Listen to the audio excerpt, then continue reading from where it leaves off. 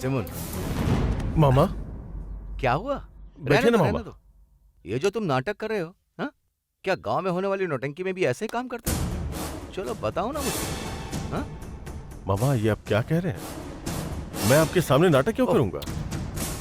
आपने मुझे कितनी बड़ी जिंदगी दी है और तो और अपनी कंपनी में इतनी बड़ी पोस्ट भी दी है, और इतना ही नहीं, अपनी इकलौती बेटी की शादी मेरे साथ तय भी कर दी है, तो मैं आपके साथ नाटक क्यों करूंगा मामा? कमीने, तुझे क्या लगता है मैं गिरे हुए इंसान से अपनी बेटी की शादी करवाऊंगा?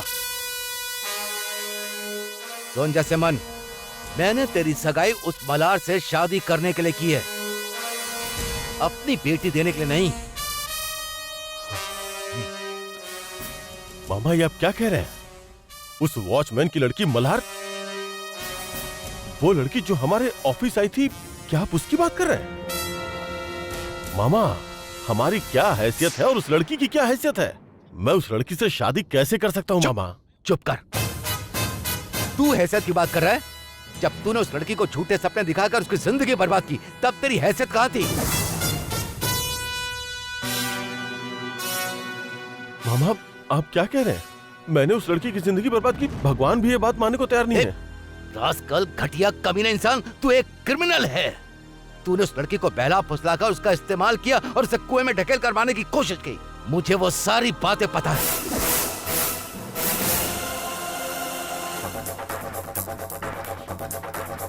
हाँ, और तो और तेरे सगे भाई को औलाद ना हो, इसीलिए तूने अपनी भाभी पर ट्रक चढ़वाने की कोशिश की। ये बात भी पता है मुझे। मामा आप उसकी बात कर रहे हैं जिससे मेरा कोई लेना देना ही नहीं है। आपको कोई गलतफहमी हुई होगी, इससे मेरा कोई संबंध ही नहीं है मामा। प्लीज मुझ पे ऐसा कलंक मत लगाइए मामा। देख जैसिमन, ध्यान से सुन। मैं उन लोगों में से नहीं हूं जो सुनी सुनाई बातों पर यकीन कर लेते हैं। जो मैं अपनी आंख से नहीं देखता उस पर भरोसा नहीं करता। वो सब मलार ने मुझे एक एक करके बता दिया है।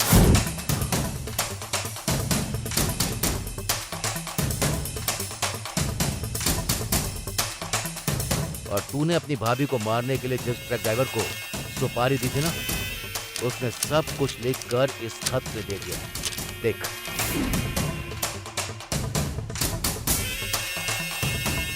मैं बिना सबूत के बात नहीं करता।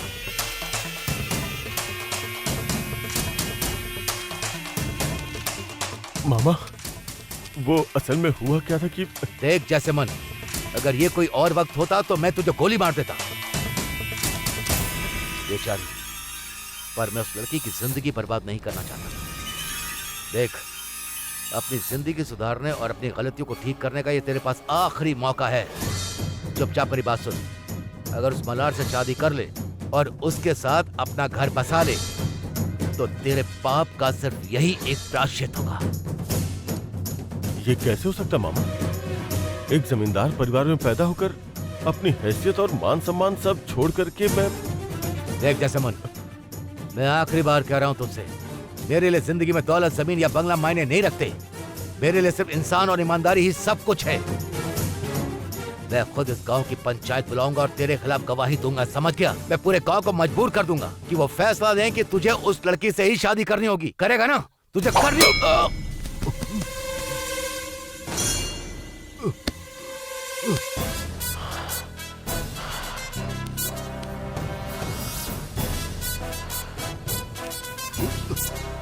यहाँ मैं अपने हैसियत की बात कर रहा हूँ और ये पागलों की तरह डायलॉग बाजी कर रहा है। हाथ पोंछ कर फेंकने वाले टिश्यू पेपर को कोई घर में फ्रेम करवा के टांगता है क्या? अकल ही नहीं है। मैं भी इसे सगा मामा समझकर जायदाद लड़की मिलने की लालच में चुप था, पर ये सिर के ऊपर चढ़ के बैठ गया। मेरे मामलों में दखल देने की एक हद होती है। अगर हद पार की तो तुम्हें मैं अपना दूसरा रूप दिखाऊंगा। हाँ?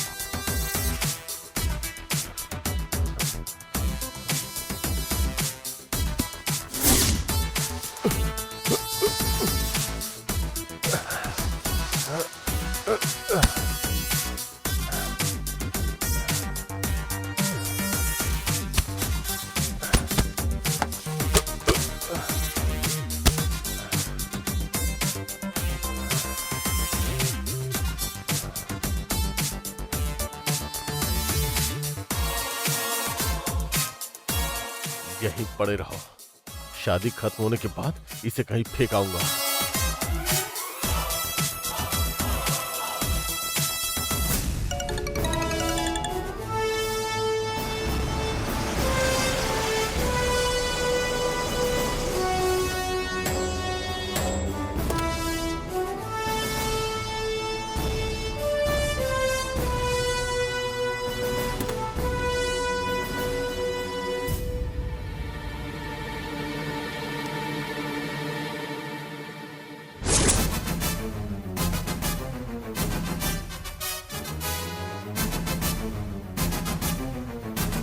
कानून के मुताबिक ये कोर्ट आपको 6 महीने का वक्त देती है।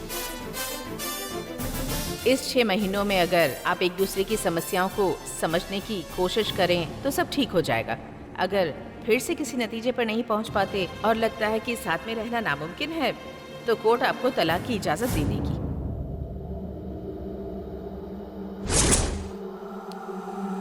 ये यहाँ पर क्यों आई हैं? क्या बात है? क्या मेरी शादी के बारे में जानकर आई हैं?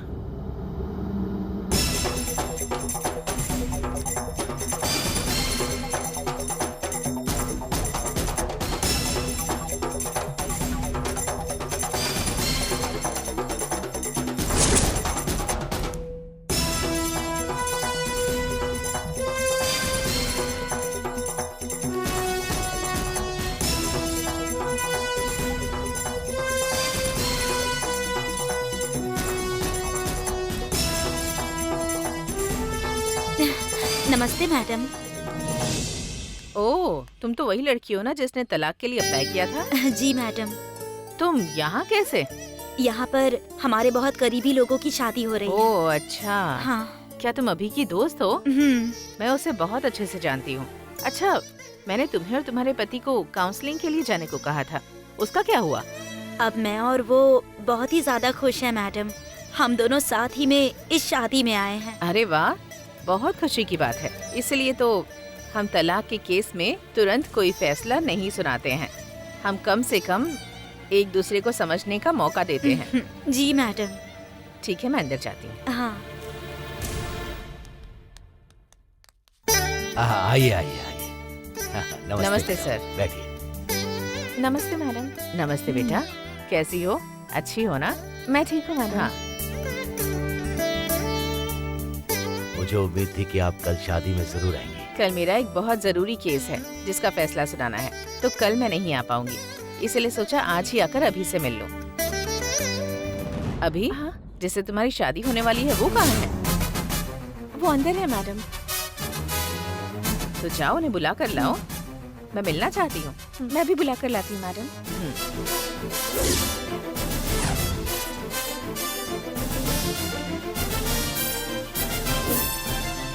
वैसे शादी की तैयारियां कैसी चल रही हैं? ईश्वर की कृपा से सब ठीक ठाक चल रहा है। शिवा,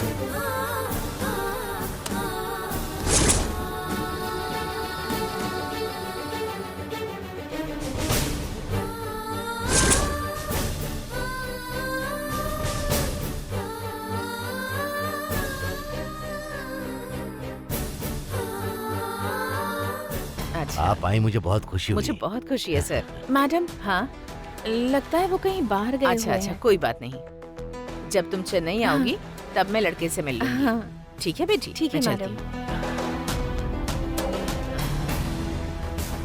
ये लो बेटी, all the best. Thank you madam. अरे बैठिए ना मैडम। नहीं नहीं सर, रहने दीजिए। अरे मैडम, खाना खाकर जाइए। नहीं सर, अभी समय नहीं है। मुझे आज लोअर कोर्ट में भी जाना है। वो काम जल्दी खत्म करके आज ही चेन्नई जाना है। हम चेन्नई में मिलेंगे अभिरामी। नमस्ते। हाँ, नमस्ते। हम्म, चलो। ये इन्हें इतना कैसे जानती हैं? हे भगवान, अब मैं इसे कैसे संभालूंगा?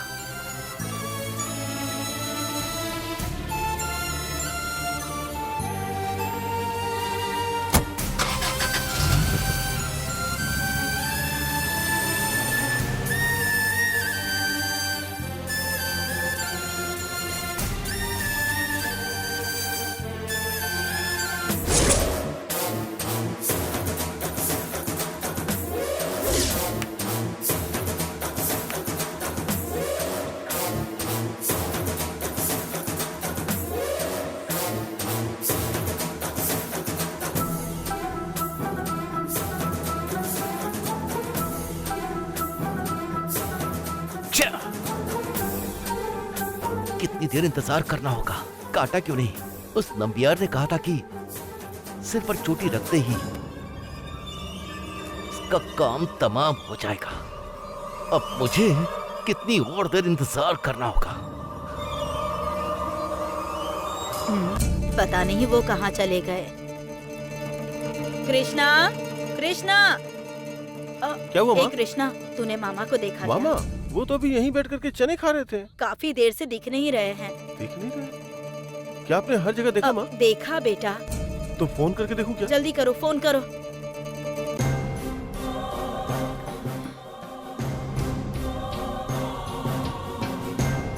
This number is currently switched off. Please phone try switch off again है माँ। later. क्या बंद बता रहा है?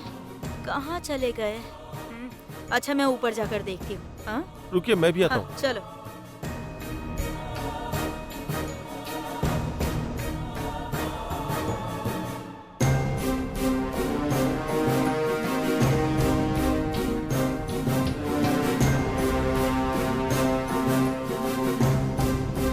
कहीं दिख ही नहीं रहे। मुझे बिना बताए कहीं नहीं जाते हैं बेटा। आइए चलकर देखते हैं।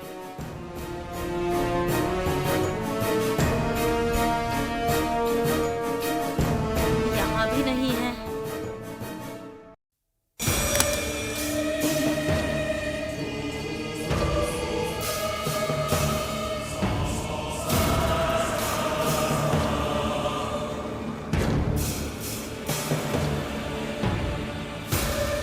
यहाँ पर भी नहीं है बेटा।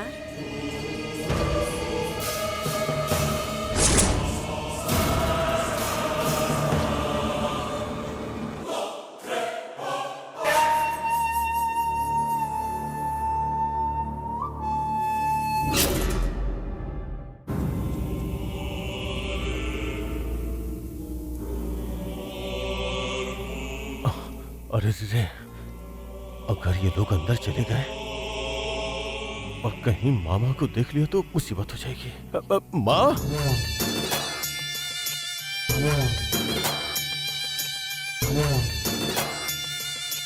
क्या बात है जैसे माँ?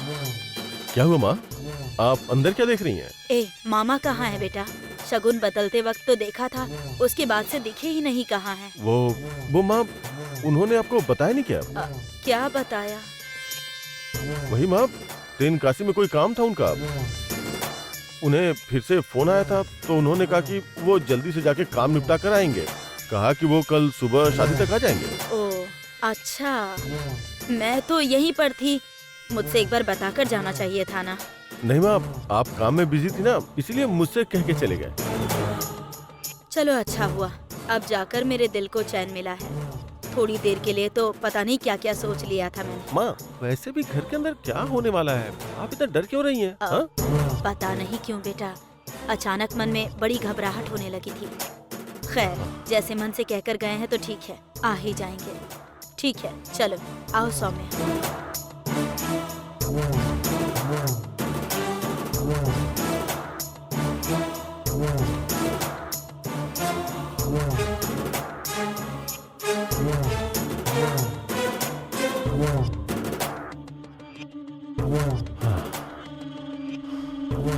अगर देख लेती तो क्या होता? पक्का बहुत बड़ा बखेड़ा खड़ा होता। अब क्या करूं? उन्हें कहीं और छुपा दूं क्या?